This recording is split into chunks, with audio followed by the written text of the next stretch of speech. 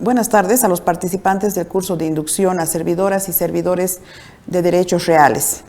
Es para mí muy grato compartir este espacio y tocar algunos aspectos muy generales que hacen a la temática de derechos reales. Inicialmente debemos partir indicando qué es un derecho real. Un derecho real es la relación jurídica que surge entre una persona y una cosa. Es una relación que se crea entre una persona y una cosa. De modo que se puede afirmar que los derechos reales son la base de los derechos patrimoniales. Los derechos reales se clasifican en dos importantes grupos.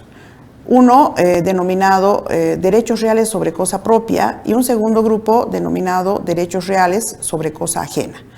En cuanto a los derechos reales sobre cosa propia, tenemos a la propiedad.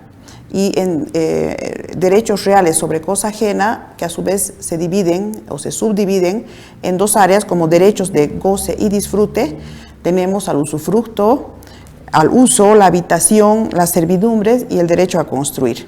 Y como derecho de garantía tenemos la hipoteca y la pignoración en sus dos variantes, antícresis y prenda. Derechos reales sobre cosa propia. Tenemos el derecho real más perfecto, el más completo, que es la propiedad. El concepto de propiedad y sus alcances están dados en el artículo 105 del Código Civil, que establece textualmente lo siguiente.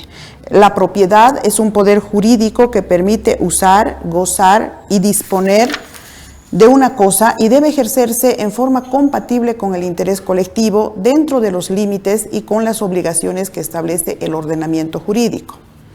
A su vez, esta norma legal tiene respaldo constitucional en el artículo 56 de la Constitución Política del Estado Plurinacional, en cuyo numeral 1 señala lo siguiente. Toda persona tiene derecho a la propiedad privada individual y colectiva siempre que cumpla una función social. El parágrafo 2 señala, se garantiza la propiedad privada siempre que el uso que se haga de ella no sea perjudicial al interés colectivo. La propiedad es el derecho real más completo, como se había señalado, sin embargo, tiene un límite en cuanto a su ejercicio y este límite está dado precisamente por la función social que debe cumplir, lo que equivale a decir que el propietario debe ejercer este derecho en forma compatible con el interés colectivo o sin afectar el interés social, ¿no? el interés general. Modos de adquirir la propiedad. Existe una clasificación muy conocida que establecen dos modos de adquirir la propiedad, forma originaria y forma derivativa o derivada. En la forma originaria sucede cuando la persona adquiere derecho propietario sin que no exista un antecedente de dominio o una persona que le transfiera. No hay esa voluntad anterior o precedente que le transfiera el derecho real. La persona lo adquiere de manera directa. Estamos ante los casos de ocupación, accesión y usucapión. La forma derivativa o derivada de adquirir derecho propietario es aquella que, como su nombre señala, el derecho deriva de un antecesor. Es decir, se da a través de contratos generalmente, también sucesión mortis causa, posesión de buena fe y otros modos establecidos por ley. Existen otras clasificaciones respecto a los modos de adquirir la propiedad, como por ejemplo a título gratuito, a título oneroso, etc. La propiedad es un instituto jurídico de mucha importancia y además muy amplio. Tiene variantes como por ejemplo la propiedad horizontal, la copropiedad, etc. Y muchas otras situaciones que están previstas en el Código Civil boliviano. Entre los modos de adquirir la propiedad hemos visto que está el modo, está la usucapión. Por su importancia vamos a analizar un poquito respecto a este instituto tan frecuente, que se da con tanta frecuencia en nuestro país. La usucapión es una forma de adquirir la propiedad por el transcurso del tiempo a través de la posesión continua, libre, pública y pacífica. La posesión, conforme al artículo 87 del Código Civil, es el poder de hecho ejercido sobre una cosa mediante actos que denoten la intención de tener sobre ella derecho de propiedad u otro derecho real. El Código Civil establece dos clases de usucapión, de manera general. La usucapión quinquenal u ordinaria y la usucapión decenal o extraordinaria. El artículo 134 del Código Civil está referido precisamente a la usucapión quinquenal. Y establece lo siguiente: quien en virtud de un título idóneo para transferir la propiedad adquiere de buena fe un inmueble de alguien que no es su dueño, cumple la usucapión a su favor, poseyéndolo durante 5 años contados desde la fecha en el que el título fue inscrito. Bien, de esta norma legal podemos extraer los siguientes elementos que hacen a la procedencia de la usucapión quinquenal: título idóneo, buena fe, posesión pacífica y un plazo determinado por ley, que en este caso es de 5 años. 5 años desde que el usucapiente inscribió su título en el registro de derechos reales. Eso es muy importante aclarar. El plazo de los 5 años debe computarse desde que se inscribió el título en el registro de derechos reales. Bien, refiriéndonos a la usucapión decenal o extraordinaria prevista en el artículo 138 del Código Civil, la citada norma refiere lo siguiente: la propiedad de un bien inmueble se adquiere también por solo la posesión continuada durante 10 años. Este es un proceso ordinario, corresponde su tramitación en la vía ordinaria, y tomando en cuenta el doble efecto de la usucapión, porque tiene efecto prescriptivo para el propietario del inmueble y adquisitivo para el usucapiente. Vale decir que si en la sentencia se declara aprobada la demanda en sentencia, entonces el usucapiente, el demandante, adquiere el derecho propietario en detrimento del demandado, que era el anterior propietario. De ahí la importancia de que toda demanda de usucapión deba estar dirigida en contra del último propietario inscrito en el registro de derechos reales. ¿Para qué? Para que asuma defensa conforme a ley, para que ejercite defensa de su derecho propietario, y también para garantizarle al demandante, al usucapiente, que esa sentencia que se declara aprobada a su favor pueda perdurar, no sea atacada de nulidad por este tema de la indefensión. De ahí también la importancia de registrar esta sentencia en el registro de derechos reales.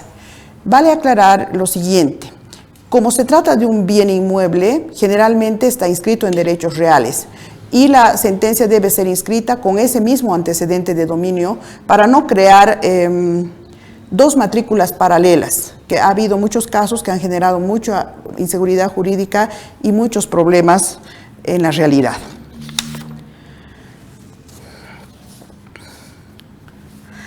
La propiedad también está protegida a través de algunas acciones que han sido previstas por el Código Civil, como por ejemplo la acción de reivindicación. La acción reivindicatoria establecida en el artículo 1453 del Código Civil, precisamente por lo importante que es el derecho propietario, existen acciones de defensa específicas. Esta, por ejemplo, la acción reivindicatoria, que establece que el propietario que ha perdido la posesión puede reivindicar el bien de quien la posee o la detenta. Esta es una acción imprescriptible, puede plantearse en cualquier tiempo, pero de esta norma legal se establece que la parte que cuenta con legitimación activa es el propietario. De ahí también la importancia de inscribir el derecho propietario en derechos reales, porque ¿cuál es la forma de acreditar esa calidad?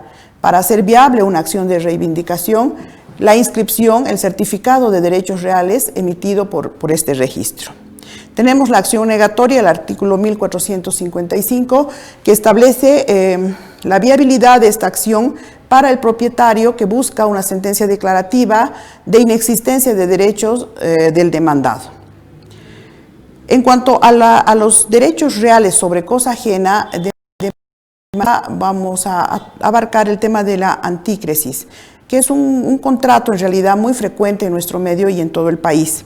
El artículo 1429 del Código Civil establece lo siguiente: por el contrato de antícresis, el acreedor tiene derecho a percibir los frutos del inmueble, imputándolos primero a los intereses si son debidos y después al capital.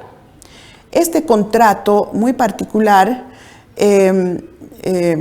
debe ser constituido mediante documento privado, conforme establece el artículo 1430, bajo pena de nulidad. Es decir, que necesariamente un contrato de antícresis debe ser efectuado a través de escritura pública. Es frecuente ver muchos procesos de nulidad de contrato precisamente por falta de forma, que es una exigencia legal. En el contrato de antícresis existe un acreedor anticresista, que es la persona que entrega el capital anticrético, y un deudor anticresista, que es el propietario del inmueble que recibe este capital.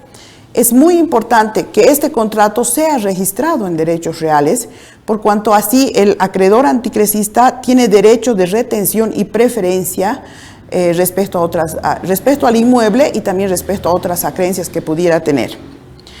Es importante también resaltar que el acreedor anticresista que no se le haya devuelto el capital puede acudir a la vía judicial y mediante el procedimiento correspondiente puede solicitar incluso la venta judicial del inmueble con la finalidad de recuperar el capital anticrético. Todo esto siempre que esté inscrito su derecho en el registro de derechos reales. El contrato de antícresis es muy frecuente en nuestro medio porque otorga una solución a los problemas de vivienda, pero se debe garantizar de manera adecuada la devolución del capital anticrético y reitero, es a través precisamente de la inscripción en el registro de derechos reales. Finalmente, corresponde considerar en cuanto a la importancia del registro en derechos reales, por ejemplo, cobra tal importancia en una demanda de mejor derecho propietario.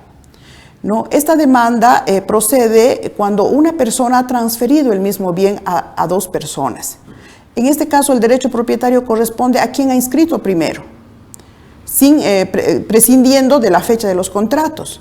Entonces, vean ustedes la importancia de la inscripción en el registro de derechos reales. Con estos breves comentarios, yo les agradezco su tiempo y deseo que este curso de inducción sea de mucha utilidad en el ejercicio de sus funciones. Muchas gracias.